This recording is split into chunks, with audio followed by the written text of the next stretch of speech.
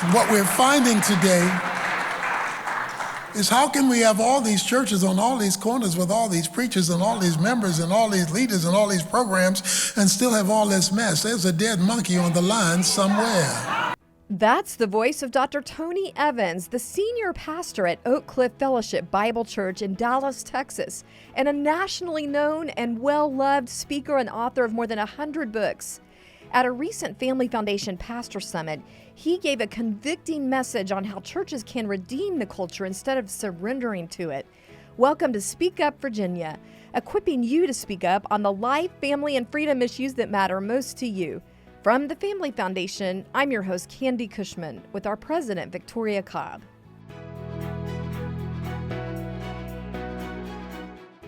Well, welcome back, everyone. It's great to have you back with us. I hope everyone had a very blessed and restful Christmas. Maybe it may not have been restful for everyone, but we hope there were special moments for you and your family.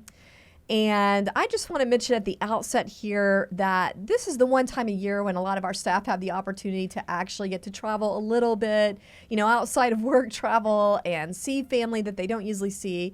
And so we do have more than usual, bringing you some special speeches that you don't get to hear elsewhere. So thank you for just bearing with us on that, but also being able to enjoy these, I think, exclusive opportunities to hear from some pretty big name speakers. And of course, this week we're bringing you a very special speech from Dr. Tony Evans. Yeah, we got this opportunity to have him, and we brought him actually for pastors specifically, and that's why I know a lot of people are going, wait, he came and you didn't invite me? This was a really special moment. We had our pastor summit, which is just where we bring hundreds of pastors together across the state, really for messages that are designed for them, that are uniquely important to them because of the role that they have in shepherding the church. And so it was just a really special opportunity for us.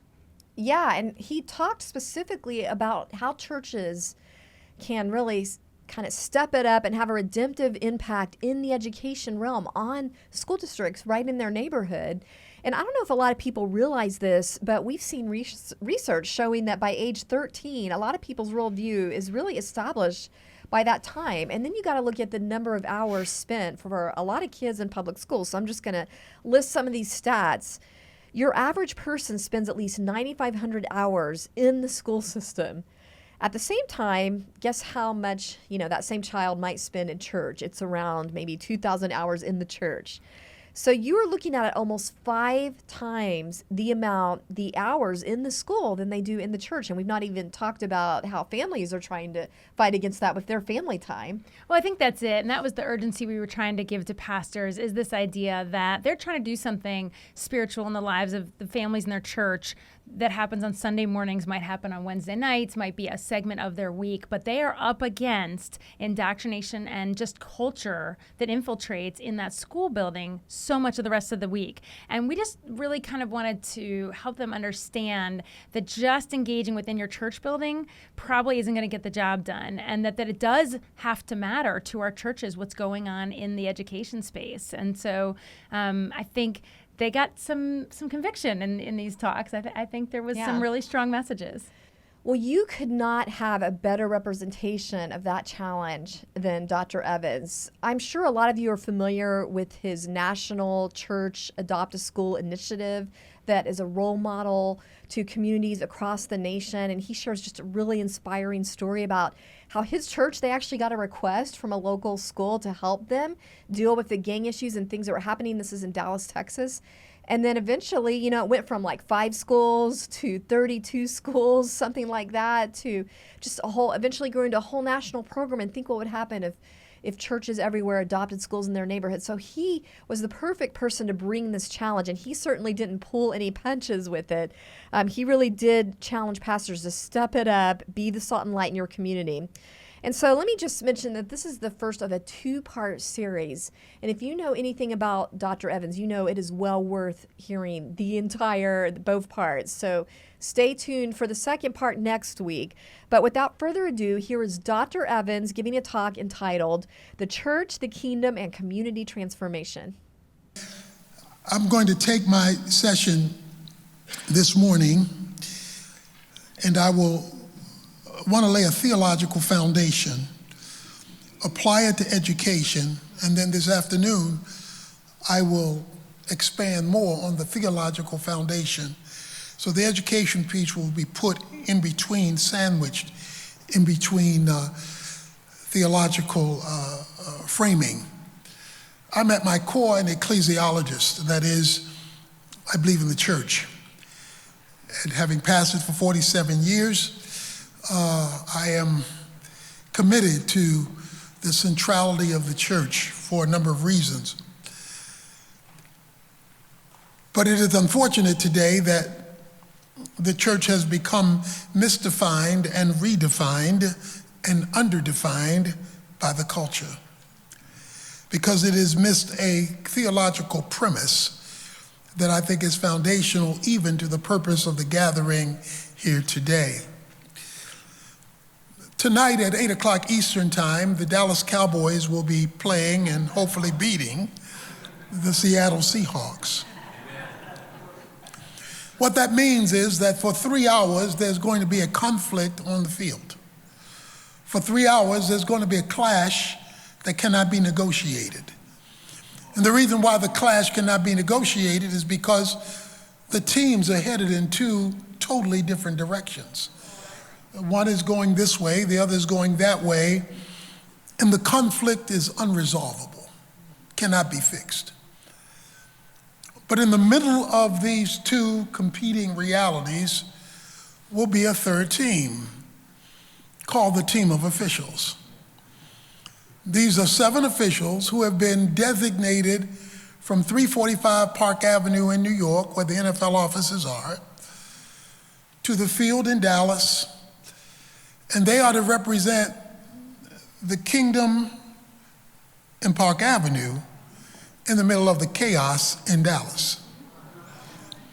These 7 officials will be very distinguishable. There will be black and white jerseys on. And while they will not change the conflict, they are responsible to manage it so that things don't get out of hand. Now, the way they're going to do that is that that kingdom on Park Avenue has given each one of these officials a book. This book gives all the governing guidelines by which all decisions are to be made on the field of play. Their personal opinions have to be subject to that book. The preferences of the teams that they like or do not like become irrelevant because their decisions have to be sacrosanct to that book. Now, they understand clearly sometimes they're going to be booed because the visiting team is not going to like the call that they make. They understand sometimes they're going to be cheered. That is because the home crowd and the home team will like the call that they make. But they also understand that popularity is not the reason for their placement. They have one goal, and that is to rule on the field based on the book they've received from the kingdom that gave it to them. And that is their obligation. Now, these 7 officials are going to be outnumbered. They're outnumbered by the home crowd and the home team. They know that if it comes down to numbers, they lose. But they also understand they've been delegated authority from New York on the field of play. And while the players are younger, stronger, and faster, and the rest are older, slower, and fatter, they clearly understand that the players have power, but they have kingdom authority. They've been given the right to rule. It is unfortunate today that God's representatives in history have done what no official would do in a game, and that is join the competing teams. Have taken off their kingdom jerseys and have donned in its stead political attire, racial attire, social attire, and have lost their distinctiveness. And that is unfortunately because they have missed the one subject of the Bible, and the Bible only has one subject, And that is the glory of God through the advancement of his kingdom. That is the central theme of Scripture. Everything, and I mean everything, is subject to that one theme. And it is this framing, this worldview, if you would call it that has to be understood, that the church does not exist for the church. The church exists for the kingdom. And the kingdom is bigger than the church. And that God has a representative group of people and a representative agency in history who are to represent the interest of heaven in the chaos of culture. They are to represent the interest of eternity in the confusion of time. They are to represent heaven on earth, as the Lord's Prayer so designates. The first use of the word church in the Bible is in Matthew 16. Jesus uses it, and he says in verse 18, "And I will build my church." The word church is never found in the Bible until Matthew 16. The Greek word for church is ekklesia. But that was not a Christian word. That was part of Greek society, Koine Greek. It would be a regularly spoken word because the Roman Senate was called the ekklesia. It was a legislative body. So whenever you were walking up and down the streets of Rome, as it has been Hellenized by Greek thought, you would hear them referring to a legal body as an ekklesia. It's even used that way in the New Testament in Acts chapter 19, verses 38 to 41, where the Greek word ekklesia is used twice, but not to refer to a Christian church. It's used to refer to a court that was getting ready to legislate against Christianity. But it was called the ekklesia. So Jesus borrows a word from the culture to define what he would be building. He is building the ekklesia. Most of the time when we talk about church, we're talking about a place where people go to sing, to preach, to pray, to fellowship, to be discipled. All of that is certainly concomitant to the role and the responsibility of the church. But rarely do we hear the church discussed in its legal format. That is, its role to legislate from heaven into history. Because the word church was a legislative body. America has representative institutions in every country around the world. These representative institutions, these places where America is situated on foreign soil. If you get in trouble, you want to get across an embassy gate, because the moment you cross the American embassy gate, you're in America now. Because all embassies are sovereign territory. They do not belong to the country they're in, they belong to the country they're from. And their goal is to represent the interest of America on foreign soil. What God has established are embassies called the church, who is to represent the interests of heaven on the foreign soil of this world order, so that the values of heaven are being transmitted and translated and communicated to the culture in which it finds itself. It is not to acquiesce to the culture, it is to represent the interest of the homeland in the culture, so that this culture should know, feel, hear, and understand what heaven thinks about every subject, because heaven has a representative agency in every community, and that representative agency is called the church. He said, "I will build my church, and the gates of hell shall not prevail against it." Please notice, in verse 18 of Matthew 16, Jesus says, "I'm doing the building, hell is doing the stopping. I'm on offense, hell is on defense." So the way you know the church is my church is that I'm winning. So if I'm not winning, it can't be my church, it must be your church using my name. And what we're finding today is, how can we have all these churches on all these corners with all these preachers and all these members and all these leaders and all these programs and still have all this mess? There's a dead monkey on the line somewhere. He said, the church that I am building, I am winning, and hell is not prevailing. What will make this legal body, that's spiritual in nature, representative and impactful in history? He says in verse 18, I'm going to give it the keys to the kingdom. I'm going to give the church the keys to the kingdom of heaven. Now, what do you do with keys? You gain access to your house, to your car, to your office. Keys, according to Isaiah 22:22, is to gain access. I'm going to give the church that I am building keys. I'm not going to give it one key. I'm going to give it a key ring. Now, I don't know if you've ever lost your keys, but if you are, that means you're not going nowhere. It means you're stuck. I'm going to give you keys, but I'm going to give you keys plural. And the reason I'm going to give you keys plural is because verse 18 gives gates plural. So for every hellish gate, there's a corresponding kingdom key to unlock a kingdom door, to respond to a hellish gate that wants to stop the church from being what I've created it to be. He says, I'm going to give you the keys to the kingdom, and I'm going to give you access to heaven's authority so that you will have my support when you use your keys that I'm handing you in order to address hell's attempt to stop me from having my place in society. So it is the job of the church to represent the kingdom of God, which is the comprehensive rule of God. The Greek word for kingdom is basileia. Basileia means rule or authority. We call it the kingdom agenda, the visible manifestation of the comprehensive rule of God over every area of life.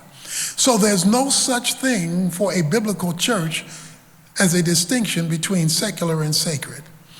Everything becomes sacred because the kingdom rules over all. There is nothing and no one who sits outside of the reign of God, the rule of God, or the authority of God, thus kingdom. Therefore, there can be no discussion by any pastor about something that is secular. You now are to sanctify everything you touch because you've been given kingdom keys, not church keys. But if you think the church has the keys, then you're only concerned about the church. But if you understand that the kingdom has the keys, then you're concerned about the kingdom through the church. So most churches live for the church and do not exist for the kingdom. And the only reason the church exists is to use kingdom keys in the culture. So important is the church for cultural well-being that Ephesians chapter 3 verse 10 says that God checks with the church before he deals with the principalities and powers. So he's not going to skip the church house to fix the White House. He's not going to skip what he's called his embassy to do and to be in order to satisfy the culture. He will work through the church, but he will not bypass the church because that is his designated embassy in the culture. So knowing that, it would be of the enemy's advantage to dumb down the definition and impact of the church or have it using illegitimate keys. I remember I was in New York one day at the Marriott Marquis Hotel. And in New York at the Marriott Marquis, I checked out. It was the dead of winter. I had to fly to Chicago. When I got to Chicago, I got to the Hilton Hotel. Large hotel, I went up 30-some floors, got there, put my key in the lock, click, click, red light, click, click, red light, click, click, red light. I'm a little bit evangelically ticked off now because I've gone all the way up here and it's cold outside. And so I go back downstairs, I go to the front desk, I say, I'm sorry, sir, this key does not work. He said, that's because that key doesn't go to this hotel.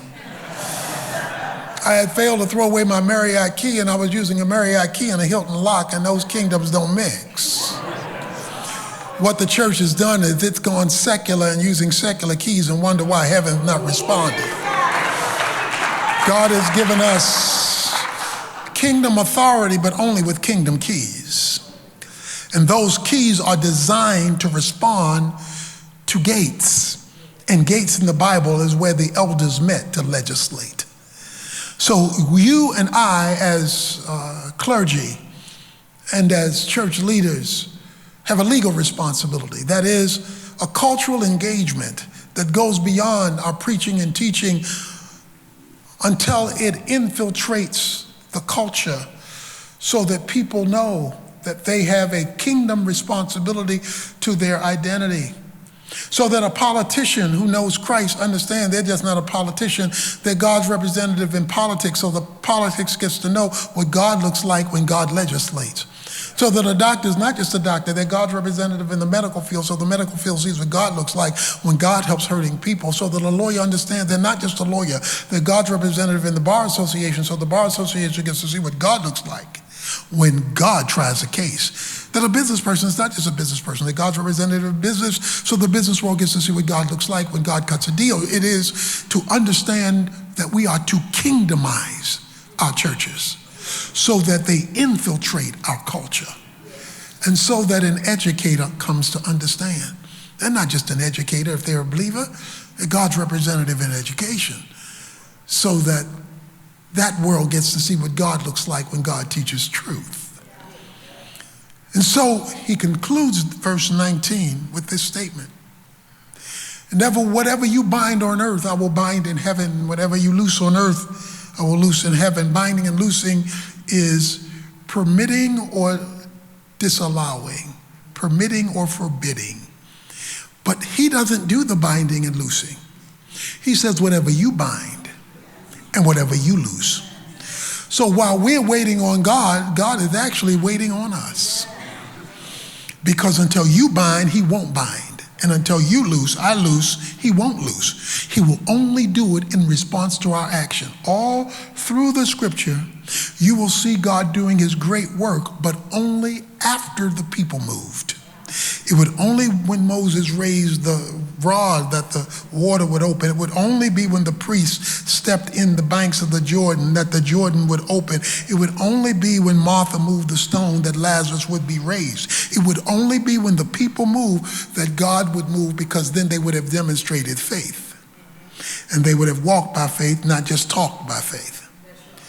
So when you understand, and I understand, that the kingdom role of the church, that this is the worldview of Scripture, that we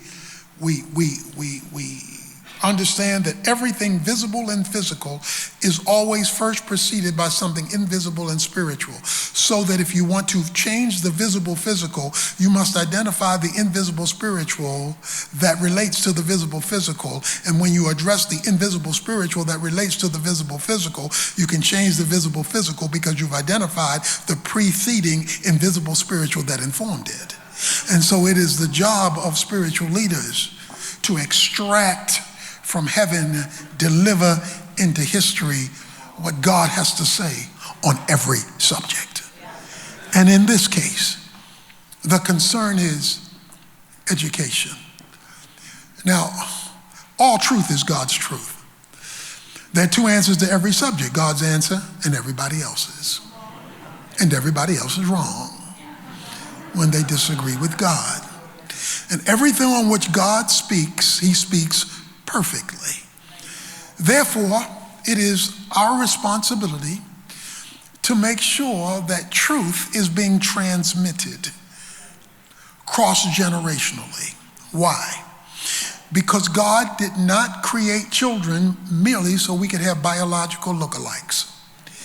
He created children so that the knowledge of God would be replicated cross-generationally. Joshua says in Joshua chapter 4, he comes to the conclusion, and as was quoted here earlier, he says, I want you to transfer the knowledge of these stones to your children, and then he says, so that the whole earth will know about the Lord. So you transfer so that as they spread out and build their own families and build their own lives, with the transference of their lives comes the transference of the knowledge of God. So we have to make sure that whether it's math or science or biology or physics or civics or whatever the subject matter is, it has been infused with the knowledge of God. Now, when many of us were growing up, we grew up with an environment that had a shared Judeo-Christian framing. Everybody wasn't Christian, but a Judeo-Christian framing informed most of life. so that what you heard at school was similar to what you heard at church, was similar to what you heard at home, because there was a cultural framing. This framing now has been frayed. This framing has been dumbed down so that now you do not find that being normalized in society. So now we are dealing with pagan institutions that are working against the knowledge of God in the churches that are now called schools. And it is in that environment that we must make sure that the influence of the Canaanites and the Jebusites and the Amorites are not controlling the knowledge base of our children.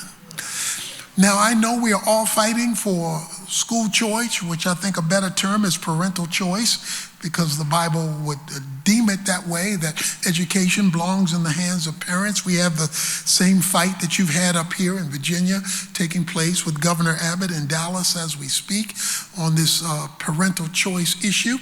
But we don't know how long that's going to take, and we don't know how many states are going to take it up. So we can't wait around for the government to fix it, okay? Because the government is also dependent upon what other people think who do not share our value system. So we can't wait on them to be kingdom representatives. So the question is, what is the role of the church in kingdomizing the next generation in the context and the vortex of education? Well, a number of years ago, there is a school about a mile and a half from our church called Carter High School, and it was having great problems of gangs and truancy and a myriad of things that were taking place that were creating chaos in the school. The school approached us and said, is there anything you can do to help us? And so many years ago, we decided to adopt that school. We started with 13 men, and the 13 men would go and they would walk the hallways during the lunch hour. Then they would go and sit at the lunch tables. So they had a male presence in the school. Well, what happened was the mere presence of our men walking the halls and engaging with the students, a lot of them, the students of single parents, began to change the atmosphere in the school. So grades went up, truancy went down, and order began to take place simply by our presence. As our church began to grow, we began to offer services to the families of these students. And whether it was food or clothes or counseling or whatever we could offer at that time in the life of our church. The principal of the school got promoted to become the head of the district. The district was 18 schools. He calls me and he says, you know what you did to this one school? Would you mind adopting my whole district? So we adopted then the 18 schools, and we made this a ministry of our church, where one of the things you could volunteer to do is become a mentor in one of these 18 schools. 18 schools then became 32 schools. 32 schools became 45 schools. So currently, we are having a presence in 45 schools, just our one church. And what we provide is mentoring, tutoring, and family support services to the at-risk families in that school. We go in as a social service provider, even though we're a church, just like a corporation that adopts a school. So we don't go in proselytizing, we go in as servants. But because we are a church, we can inform them of the things at the church that we can offer the families in the school. Now you think about it. There are about 190,000 or so public schools. There are like 400,000 Christian churches. So if every school got adopted by one church and provided mentoring and tutoring and family support services to the at-risk students in that school, not only would we be doing a good thing, we would be doing a good work. Now let me explain. The Bible does not call us to do good things, because sinners can do good things, pagans can do good things, and atheists can do good things. We're called, Matthew 5:16, to do good work. The difference between a good thing and a good work is God is attached to a good work. He may not be attached to a good thing. Let men see your good works and glorify your Father, not their Father, your Father. Glorify your Father who is in heaven. So a good work, a good thing becomes a good work when God becomes attached to it. So what we began to do was use natural times before school or during the lunch hour when it was a more flexible time, not to interfere with any of the academic things of the school, to begin to have either special meetings. And so you could volunteer now for one person to take, one lady to take 4 girls, or one man to take 4 boys, meet with them 1 hour a week. We had these special gatherings then where we invite them to our church, where with them we will share the gospel because they're now on church property. But because we were social servants in the school, the parents would bring them to the church. Many of the parents then began joining our church. And it dawned on me that what we were doing with our one church in Dallas could be nationalized, and that led to the National Adopt the School Initiative. So what we do through the Urban Alternative, which is our national ministry, one of the things, you have a brochure on your table, we have this 3-part program. And this 3-part program, which is a kingdom strategy for community transformation, involves 3 things. First of all, it involves a symbol. Now, by a symbol, it's where we say, the churches in a community, you come together, and you come together and bring your congregations together once a year for a solemn assembly. Now, a solemn assembly in Scripture is a sacred gathering. A sacred gathering was always called when there was a crisis. Isaiah 58, there's a crisis. So you call a sacred gathering, you stop normal activity, and you call on God to come into the midst of the crisis that you're facing. We have a crisis with our children in the culture and in education today. So the churches will come together. We show them how to do this. And for one day, they fast and pray for their community. Now, the reason why a symbol is key, I'm covering a lot of territory here, but stick with me for just a few more minutes. The reason why a symbol is key is God will always and only work to the level of your unity. Let me say that. This is the theological principle. There's one God composed of three co-equal persons. The Father is not the Son is not the Spirit, but it's like a pretzel with 3 holes. First hole is not second hole is not the third hole, but they all tie together by the same dough. Okay? Divine nature. So God always operates in sync with himself. Okay? So that's why there's so much in the Bible about unity, because God cannot function in a disunified environment as his unified self. And that is why he even tells a couple, he says the husband and wives are in conflict. Tell the husband don't pray, 1 Peter chapter 3, verse 7, because his prayers are hindered. He said, Jesus says in John chapter 17, verses 23 to 25, Lord, make them one so that they will see my glory. So to the level of your unity, you will find the level of his presence.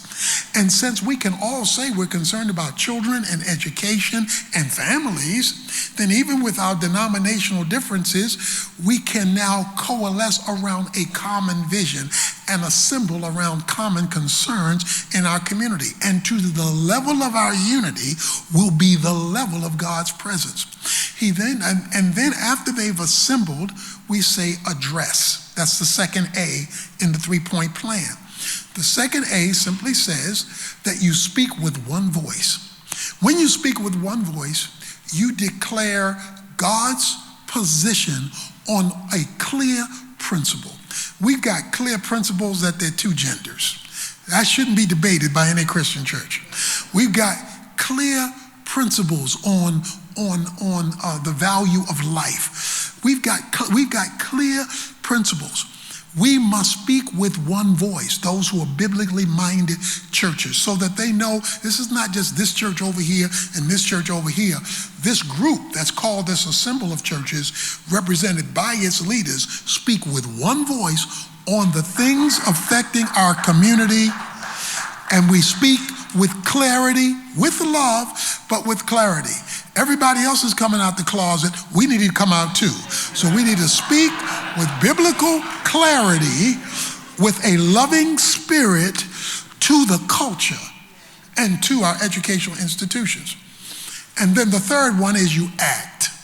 The act is where you do something collectively that improves the well-being of the community. Jeremiah 29:7, seek the welfare of the city in which I have placed you, for in its well-being you will have well-being. So make the city a better place to live. And he's talking about Babylon, which was a pagan place. So he's talking about America, which is a pagan place. So he says, seek the welfare of the environment in which I have placed you. So the collective churches that come together or to make Richmond or Dallas or where we are a better place to live simply because we're there and heaven has been situated in its midst as kingdom representative churches. And one of the best ways to do that is through the adoption of schools. If every school got adopted in Virginia by a solid church or a group of churches, and if they could do it cross-racially, so you would have reconciliation through service, not through seminars. We don't need seminars. We need service together. When you're in a battle, when you're in a war, you don't care about the color, class, or culture of the person fighting next to you as long as they're shooting in the same direction you are. So you come together cross-racially, cross-culturally, and we're going to adopt this school. The pastor or pastors meets with the principal. What are the needs of your needy students in this school? And then the church takes what it's already doing or already has the capacity to do, and it makes it available. The principal is feeling great because now their stock is going up because they're bringing in positive help to the school. The families are improving that need the help, whether it's counseling or food or clothes or emergency help. Now the schools, our 45 schools, call us when there's an emergency. The teachers, even the teachers call us. I meet with the principals twice a year. They come to our church for us to pray for them and all of that. You can do that and you don't have to create anything new because the families exist, the school exists, the churches exist. All you're creating is a dating service. And when you create the dating service, by connecting them, then you are now influencing them without changing who you are as a church because you're social service providers. But because you are a church and because we are interested in the gospel, we want to make sure that they get to hear the good news, but we do it in a way that allows them to come to us because we've come to them. What we're doing is chapter 4 of John. When Jesus met the woman at the well, he asked for a drink of water. Okay, he started with she was shocked. You mean you want to put your Jewish lips to my Samaritan cup? And that opened the door for him to share with her living water. So he started with a social need, a social connection, but he turned it into a gospel presentation. If you and I would adopt every school in our communities and have a presence to our capacity, so this is very scalable. You could have a 40-member church or a 4,000-member church, and you only do what is scalable to your capacity at that time. And if it's a combination of churches, this church may offer this church may offer that. So we've developed this whole training program. It's online. We even have a training team that comes if there's a large enough group to your area. The Tony Evans Training Center has this 3-point plan. It connects you to a whole training for how you can set this up in your church for your school. And that's what we do across the country to kingdomize the church for the purpose of the next generation. And now, if you adopt every school, you have now reached every kid, and you never run out of ministry because you always have new kids coming to the school. So it's an ongoing ministry without creating anything new for the next generation that's to be impacted for the kingdom of God so that the knowledge of God can be transmitted and translated throughout the whole earth. That's what kingdom thinking does. This is just a short summary of who we are and what we seek to do through our national ministry that we started in Dallas and now we're taking around the country, and that is in your brochure. There are a lot of other things you can do. You can adopt every police precinct so that the church becomes the bridge between the police department and the community. We have a national kindness campaign where every member of the church can get from us a kindness card. We'll put your church name on it, and you do one act of kindness once a week so that now hundreds and thousands of people in this mean world are doing acts of kindness, and on the card is the gospel presentation so that when you feed them or you clothe them or you help them across the street or you put bags in the car, whatever act of kindness you do, you pray with them, and then you share the gospel, or they get the gospel code, so that now people can spread out just as their everyday life. And then on the card is your church's name, so they know the church of the people who are doing kindness all around the community. So these are things that can be done easily by the church that's kingdom focused, so that the culture gets to see when you live in this neighborhood, you can't escape us because we're going to be everywhere you are. We're going to love you, but we're going to love you with the truth. And that is what God is calling kingdom churches to do. You know, in television and I'll conclude with this. In television and movies, they show you previews of coming attractions, right? These are always the hot clips of the upcoming show. Fight scene, love scene, chase scene. They're all threaded together because they want you to tune into the whole movie. Now, it may be a terrible movie, but you'd never know it from the clips because the clips are always hot clips next to each other. Well, one day there's a big show coming to town. God is the producer, the Holy Spirit is the director, Jesus is the superstar, and it will be a worldwide production. It's called the Kingdom of God. In the meantime, he's left you and me here as previews of coming attractions. See, we're supposed to be the hot clips of the upcoming show. We're supposed to be the hot clips of what is to come. So that when people see the clips, they'll want to buy a ticket to the whole show. Of course, that's when we can tell them, you don't have to buy a ticket, the price has already been paid. I just really loved the examples he gave of how we are God's representatives, you know, whether it's the NFL umpires. I really like that one because it really brought home this idea that we're not supposed to over-identify with either side. We have our own playbook, which is the kingdom playbook, and we are answering to a higher authority. So he had several examples like that to kind of put things in perspective for us. Yeah, I think he does a really good job painting a visual for his audience. So I liked the example of the embassy, that like this idea that you're on foreign soil and that but you're there to represent your homeland, and for us that's obviously heaven, that we're there to be not blending in, you know, back to this, you know, not blending in, not being like, not negotiating. You're really there to represent your kingdom. And I also like that towards the end where he's talking about, you know, the trailers in movies, and, you know, it's always the best part of the movie or the best part of the show. And his concept is that Christians are supposed to be that glimpse of heaven, like the preview of what is ahead. Yeah. And boy, that changes how you live your life every day, right? If you really think of yourself as like you're supposed to be the preview for heaven, that's a wow. That's a high calling. Let's put it that way. I got to think about what kind of I think he called it like hot take previews. Yes. Or I mean, I don't know what kind of hot take previews people are getting, so I really got to think about that. It's definitely a personal challenge. Yeah. I guess we all have our good and our bad moments, but there's room for growth there. But you got to love the mic drop moment at the end of Dr. Evans' speech when he said, they'll want to buy a ticket to the whole show. Yeah. Of course, that's when we can tell them, you don't have to buy a ticket. The price has already been paid. So good. That. Yeah, he's excellent. I mean, there's just no way getting around that. Well, okay, before we wind up today, I did want to mention that Dr. Evans was talking about the role that church leaders, pastors can play in the education sphere. And so first of all, I want to encourage you to share this with your pastor. Definitely get this link to your pastor, to your church leaders that you feel like need to hear this, because there's so much that can be done in your own community. And along those lines, I wanted to mention some days of action that we have coming up in the General Assembly. This is going to be in January when our representatives come back to the Capitol and start making laws, and they need to hear from the pastors. They need to hear your voices. So first up is, appropriate to this topic today, School Choice Day, which is going to be on January 24th. I think that's a Wednesday, January 24th.